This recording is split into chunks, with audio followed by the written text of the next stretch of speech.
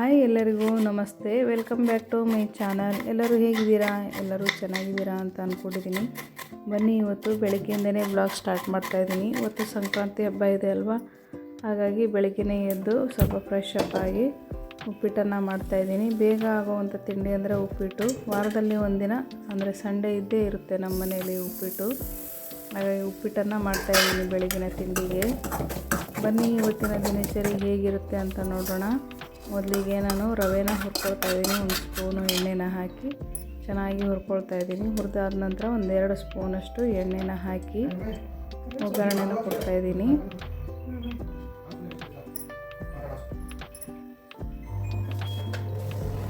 ಮೊದಲಿಗೆ ಸ್ವಲ್ಪ ಸಾಸಿವೆ ಮತ್ತು ಜೀರಿಗೆ ಮತ್ತು ಉದ್ದಿನಬೇಳೆ, ಕಡಲೆಬೇಳೆನ ಹಾಕಬೇಕು ಉಪ್ಪಿಟ್ಟಿಗೆ. ಚೆನ್ನಾಗಿ ಉಪ್ಪಿಟ್ಟಲ್ಲಿ ಬಾಯಿಗೆ ಸಿಗ್ತಾ ಇದ್ದರೆ ಕಡಲೆಬೇಳೆ ಎಲ್ಲ ಚೆನ್ನಾಗಿರುತ್ತೆ. ಹಾಗಾಗಿ ಕಡಲೆಬೇಳೆ, ಉದ್ದಿನಬೇಳೆನ ಹಾಕ್ತಾಯಿದ್ದೀನಿ. ಶೇಂಗಾ ಕೂಡ ಹಾಕ್ತಾರೆ ಇದಕ್ಕೆ, ನಾನಿಲ್ಲಿ ಹಾಕಲಿಲ್ಲ. ಇದಾದ ನಂತರ ನಮ್ಮ ಮನೆಯಲ್ಲೇ ಬೆಳೆದಿರುವಂಥ ಕರಿಬೇವು ಗಿಡ ಆಗಿದೆ, ಚೆನ್ನಾಗಾಗಿದೆ ಇದು. ಈಗ 1 ವರ್ಷ ಆಯ್ತಲ್ವ ನಾವು ಬಂದು. 1 ವರ್ಷದಲ್ಲಿ ತುಂಬಾ ಚೆನ್ನಾಗಿ ಗಿಡ ಬಂದಿದೆ. ಎಲೆ ಬರ್ತಾ ಇದೆ ಕರಿಬೇವು ಸೊಪ್ಪು, ಅದಕ್ಕೆ ಇದು ಎಲೆ. ಹಾಗೆ ಅದಕ್ಕೆ ಸ್ವಲ್ಪ ಈರುಳ್ಳಿ ಸ್ವಲ್ಪ ಜಾಸ್ತಿನೇ ಇರಬೇಕು, ಚೆನ್ನಾಗಿರುತ್ತೆ. ಈರುಳ್ಳಿ ಮತ್ತು ಟೊಮ್ಯಾಟೊನ ಹಾಕಿ ಚೆನ್ನಾಗಿ ಫ್ರೈ ಮಾಡಬೇಕು. ಫ್ರೈ ಮಾಡಿದಾದ ನಂತರ ಅದಕ್ಕೆ ಎಷ್ಟು ಬೇಕು ನೋಡಿ, ನೀವು ರವೆ ಎಷ್ಟು ತೊಗೊಂಡಿರ್ತೀರಲ್ಲ ಅಷ್ಟು ನೀರನ್ನು ಹಾಕಿ, 2 ಪಟ್ಟು ನೀರನ್ನು ಹಾಕಿ ಸ್ವಲ್ಪ ರುಚಿಗೆ ತಕ್ಕಷ್ಟು ಉಪ್ಪನ್ನು ಹಾಕಿ ಚೆನ್ನಾಗಿ ಬೇಯಿಸಬೇಕು. ನೀರು ಕುದೀತಾ ಇರುತ್ತಲ್ವ, ಆವಾಗ ರವೆ ಹಾಕಿ 1-5 ನಿಮಿಷ ಬೇಯಿಸಿದರೆ ಉಪ್ಪಿಟ್ಟು ರೆಡಿ ಆಗೋಗುತ್ತೆ.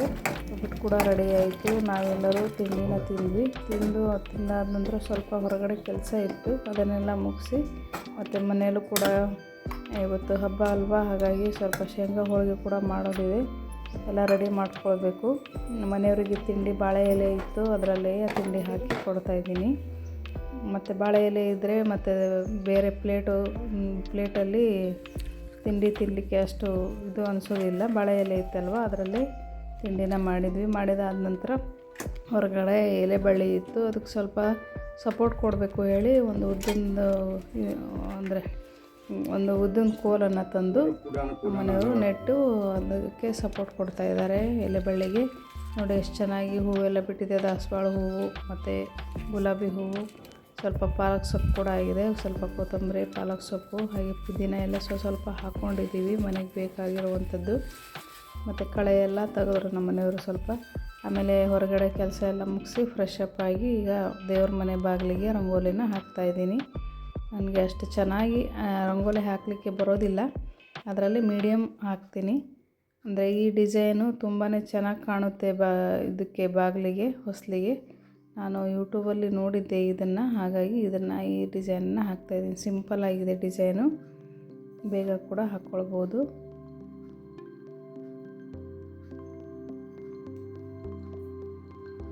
ಹಬ್ಬಗಳಲ್ಲೆಲ್ಲ ಈ ಥರ ರಂಗೋಲಿ ಹಾಕಿದರೆ ಚೆನ್ನಾಗಿ ಅನಿಸುತ್ತೆ ದೇವ್ರ ಮನೆ ಹತ್ತಿರ ಎಲ್ಲ.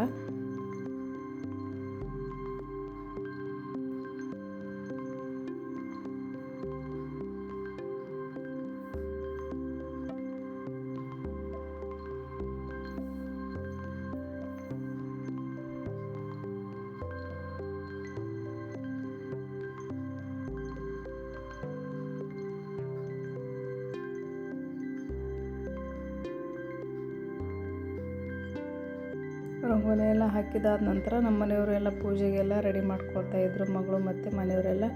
ನಾನು ಸಂಕ್ರಾಂತಿ ಕಾಳನ್ನು ರೆಡಿ ಮಾಡಬೇಕು ಹೇಳಿ ಈ ಕಡೆ ಬೆಲ್ಲ ಇತ್ತಲ್ವ, ಆರ್ಗ್ಯಾನಿಕ್ ಬೆಲ್ಲನ ತೊಗೊಂಡು ಬಂದಿದ್ರು ನಮ್ಮ ಮನೆಯವರು.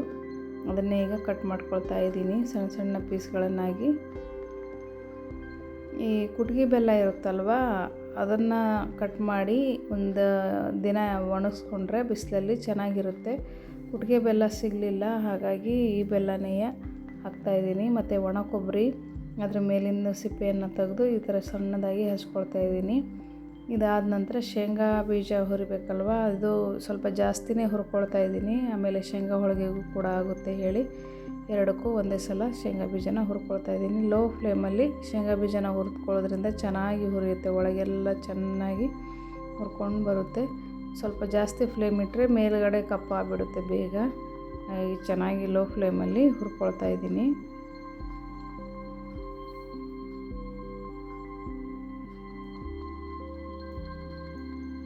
ನೋಡಿ ಎಷ್ಟು ಚೆನ್ನಾಗಿ ಈ ಥರ ಹುರಿದಿದ್ದೀನಿ. ಹುರಿದಾದ ನಂತರ ಸ್ವಲ್ಪ ತಣ್ಣಗಾದಮೇಲೆ ಕೈಯಿಂದ ಇದರ ಸ್ವಲ್ಪ ಸ್ಮ್ಯಾಶ್ ಮಾಡಿದರೆ ಸಿಪ್ಪೆ ಎಲ್ಲ ಬಂದುಬಿಡುತ್ತೆ. ಇದೆಲ್ಲ ಆದ ನಂತರ ಸಂಕ್ರಾಂತಿ ಕಾಳಿಗೆ ಈಗ ನೈವೇದ್ಯಕ್ಕೆ ಅಂತೇಳಿ ರೆಡಿ ಮಾಡ್ಕೊಳ್ತಾ ಇದ್ದೀನಿ. ಸಂಕ್ರಾಂತಿ ಕಾಳು, ಶೇಂಗಾ ಬೀಜ ಮತ್ತು ಎಳ್ಳು ಮತ್ತು ಬೆಲ್ಲ, ಹಾಗೆ ಒಣ ಕೊಬ್ಬರಿ ಮತ್ತು ಹುರಿಗಡಲೆ ಹಾಕಿ ಚೆನ್ನಾಗಿ ಮಿಕ್ಸ್ ಮಾಡಿ ನೈವೇದ್ಯಕ್ಕೆ ಕೊಡ್ತಾಯಿದ್ದೀನಿ. ಹಾಗೆ ಯೂಟ್ಯೂಬಿಗೆ ಒಂದು ರೀಲ್ ಕೂಡ ಹಾಗೆ ಮಾಡಿಕೊಂಡ್ವಿ.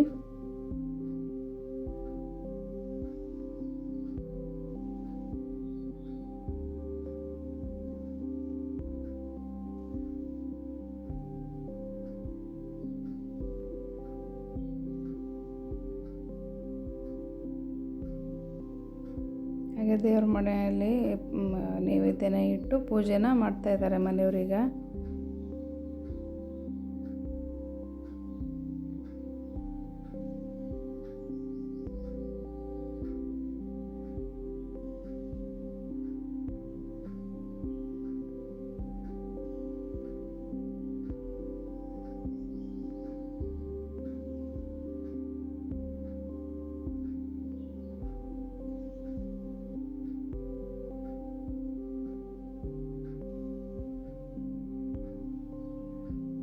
ಹಾಗೆ ಆರತಿ ಕೂಡ ಬೆಳಗಿದ್ರು. ಮಗಳು ಈ ಥರ ರಂಗೋಲಿ ಎಲ್ಲ ಹಾಕಿದ್ಲು, ಮನೆ ಎದುರಿಗೆ ತುಂಬ ಚೆನ್ನಾಗಿ ರಂಗೋಲಿನ ಹಾಕಿದ್ಲು. ಇದೆಲ್ಲ ಆದ ನಂತರ ನಾನು ಸ್ವಲ್ಪ ಪೂಜೆನ ಮಾಡಿದೆ.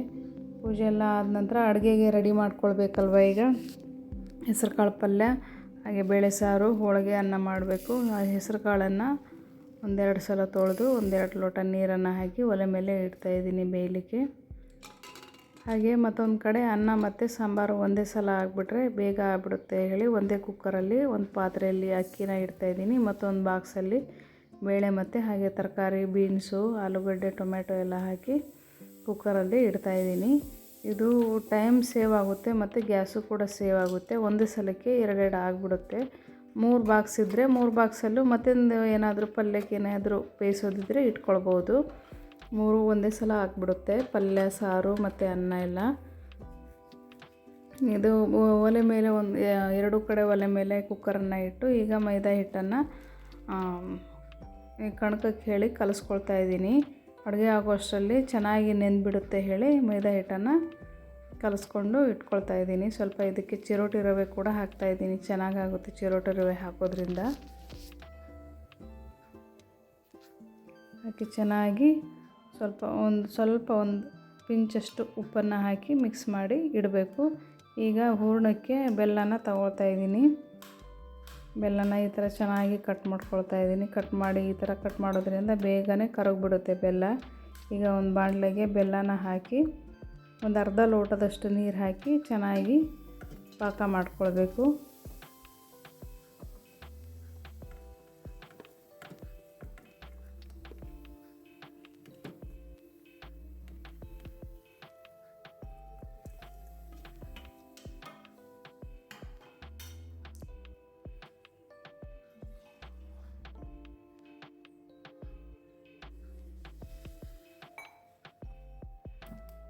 ಒಂದು ಸ್ವಲ್ಪನೇ ನೀರು ಹಾಕಿದರೆ ಸಾಕು. ನೀರು ಹಾಕಿ ಚೆನ್ನಾಗಿ ಪಾಕ ಮಾಡ್ಕೋಬೇಕು. ಪಾಕ ಮಾಡ್ಕೊಂಡಾದ ನಂತರ ಇದನ್ನು ಸಾಣಿಸ್ಕೊಳ್ಬೇಕು. ಸಣ್ಣ ಸಣ್ಣ ಕಲ್ಲೇನಾದರೂ ಇರುತ್ತೆ, ಹಾಗಾಗಿ ಇದು ಒಂದು ಕಡೆ ಆಗ್ತಾ ಇರಲಿ. ಮತ್ತೊಂದು ಕಡೆ ಮಿಕ್ಸಿ ಜಾರಿಗೆ ಹುರಿದಿದ್ವಲ್ಲ ಶೇಂಗಾ ಬೀಜ, ಅದನ್ನು ಈಗ ಪೌಡ್ರ್ ಮಾಡ್ಕೊಳ್ಬೇಕು. ಈ ಥರ ತರ್ತರಿಯಾಗಿ ಪೌಡ್ರ್ ಮಾಡ್ಕೊಳ್ಬೇಕು. ದೊಡ್ಡ ದೊಡ್ಡ ಶೇಂಗಾ ಬೀಜ ಇದ್ದರೆ ತೆಗೆದು ಮತ್ತೊಂದು ಸಲ ಮಿಕ್ಸಿನ ಮಾಡ್ಕೊಳ್ಬೇಕು. ಮಿಕ್ಸಿಗೆ ಹಾಕಿ ರುಬ್ಕೊಳ್ಬೇಕು. ಈಗ ಮತ್ತೊಂದು ಕಡೆ ಬೆಲ್ಲ ಕರಗಿತ್ತು, ಇದನ್ನು ಶೋಧಿಸ್ಕೊಳ್ತಾ ಇದ್ದೀನಿ ಚೆನ್ನಾಗಿ.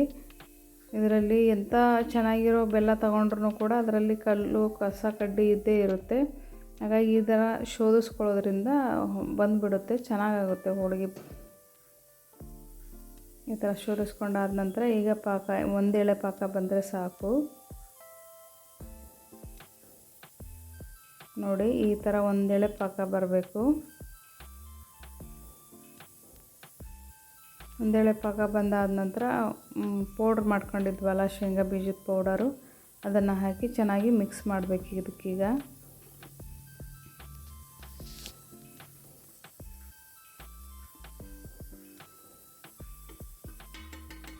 ಚೆನ್ನಾಗಿ ಮಿಕ್ಸ್ ಮಾಡಿ ಒಂದು ಕುದಿ ಬಂದರೆ ಸಾಕು.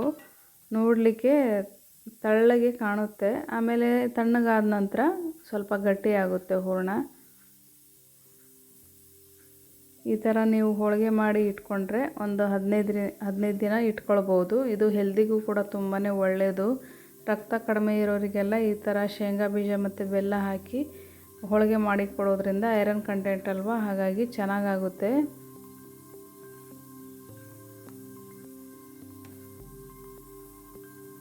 ಇದು ಈಗ ಆಗಿದೆ. ಇದಕ್ಕೀಗ ಸ್ವಲ್ಪ ಏಲಕ್ಕಿ ಪುಡಿನ ಹಾಕಿ, ಏಲಕ್ಕಿ ಅಂದರೆ ಸ್ವಲ್ಪ ಬಡೆ ಸೋಪು, ಏಲಕ್ಕಿ ಹಾಗೆ ಒಣ ಶುಂಠಿನ ಹಾಕಿ ಪೌಡ್ರ್ ಮಾಡಿ ಇಟ್ಕೊಂಡಿದ್ದೀನಿ. ಆ ಪೌಡ್ರನ್ನ ಹಾಕಿದರೆ ಚೆನ್ನಾಗಿ ಘಮ ಘಮ ಸ್ಮೆಲ್ ಬರುತ್ತೆ.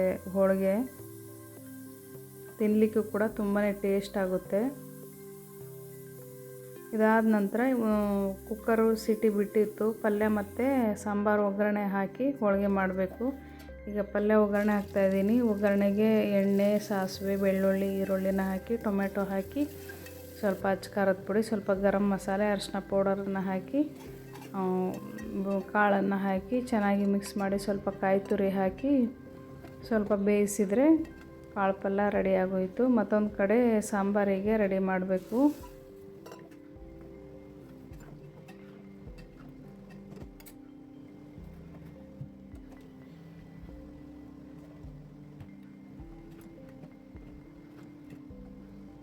ಈಗ ಸಾಂಬಾರಿಗೆ ಒಗ್ಗರಣೆ ಹಾಕ್ತಾಯಿದ್ದೀನಿ. ಸಾಸಿವೆ, ಜೀರಿಗೆನ ಹಾಕಿ ಬೆಳ್ಳುಳ್ಳಿನ ಹಾಕಿ ಆಮೇಲೆ ಗ್ಯಾಸ್ ಫ್ಲೇಮನ್ನು ಆಫ್ ಮಾಡಿ ಸ್ವಲ್ಪ ಖಾರದ ಪುಡಿನ ಹಾಕಬೇಕು. ನೋಡಿ ಎಷ್ಟು ಚೆನ್ನಾಗಿ ಅನ್ನ ಕೂಡ ಆಯಿತು, ಬೇಳೆ ಕೂಡ ಚೆನ್ನಾಗಿ ಬೆಂದಿದೆ. ಖಾರದ ಪುಡಿನ ಹಾಕಿ ಕುದ್ದಿರೋವಂಥ ಬೇಳೆನ ಹಾಕಿಬಿಟ್ರೆ ಬೇಳೆ ಸಾಂಬಾರು ರೆಡಿ ಆಯಿತು. ಸ್ವಲ್ಪ ಕಾಯಿ ತುರಿ, ಬೇಕಿದ್ದರೆ ಸ್ವಲ್ಪ ನಾನು 2 ಟೊಮೆಟೊನ ಹಾಕಿದ್ದೀನಿ, ಬೇಕಿದ್ದರೆ ಸ್ವಲ್ಪ ಹುಣಸೆ ಹುಳಿನ ಹಾಕಿ ಚೆನ್ನಾಗಿ ಸಿಂಪಲ್ಲಾಗಿರುವಂಥ ಬೇಳೆ ಸಾಂಬಾರನ್ನ ಮಾಡ್ಕೊಳ್ಬೋದು. ಈಗ ಬೇಳೆ ಸಾಂಬಾರು, ಪಲ್ಯ, ಅನ್ನ ಎಲ್ಲ ಆಯ್ತಲ್ವ. ಈಗ ಹೋಳಿಗೆ ಮಾಡ್ಕೋಬೇಕು. ನೋಡಿ ಎಷ್ಟು ಚೆನ್ನಾಗಿ ಗಟ್ಟಿಯಾಗಿ ಬಂದಿದೆ ಹೂರಣ. ನಮ್ಮ ಮನೆಯವ್ರು ಬಾಳೆ ಎಲೆ ಇತ್ತಲ್ವ, ಅಲ್ಲೇ ಬಾಳೆ ಗಿಡ ಕೂಡ ಇದೆ.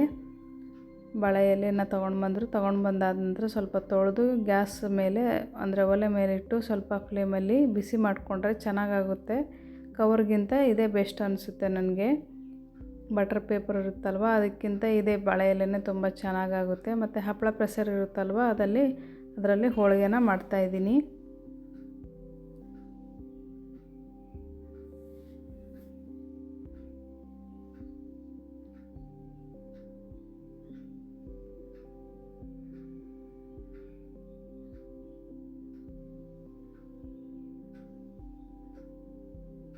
ಫ್ರೆಂಡ್ಸ್, ನೀವೇನಾದರೂ ನಮ್ಮ ವಿಡಿಯೋನ ಮೊದಲನೇ ಸಲ ನೋಡ್ತಾ ಇದ್ದರೆ ಮೊದಲು ಚಾನಲ್ನ ಸಬ್ಸ್ಕ್ರೈಬ್ ಮಾಡಿ, ಲೈಕ್ ಮಾಡಿ, ಶೇರ್ ಮಾಡಿ, ಹಾಗೆ ಕಮೆಂಟ್ ಕೂಡ ಮಾಡಿ. ಹೀಗೆ ಸಪೋರ್ಟ್ ಮಾಡ್ತಾಯಿರಿ.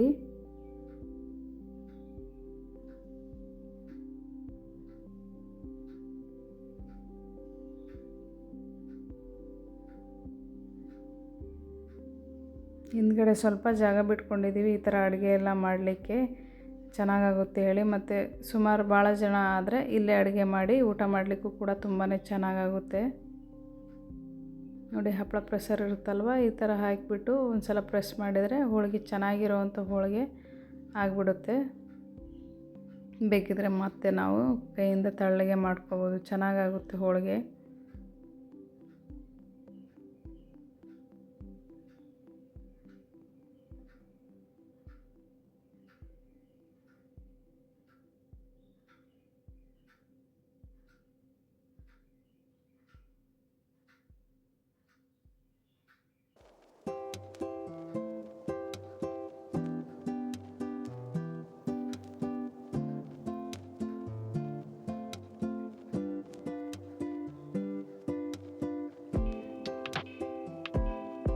ಹೀಗಿತ್ತು ಫ್ರೆಂಡ್ಸ್ ಇವತ್ತಿನ ವಿಡಿಯೋ.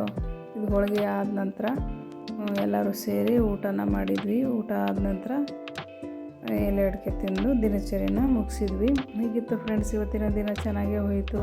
ಸಿಗೋಣ ಮತ್ತೊಂದು ಹೊಸ ವಿಡಿಯೋದಲ್ಲಿ. Thank you.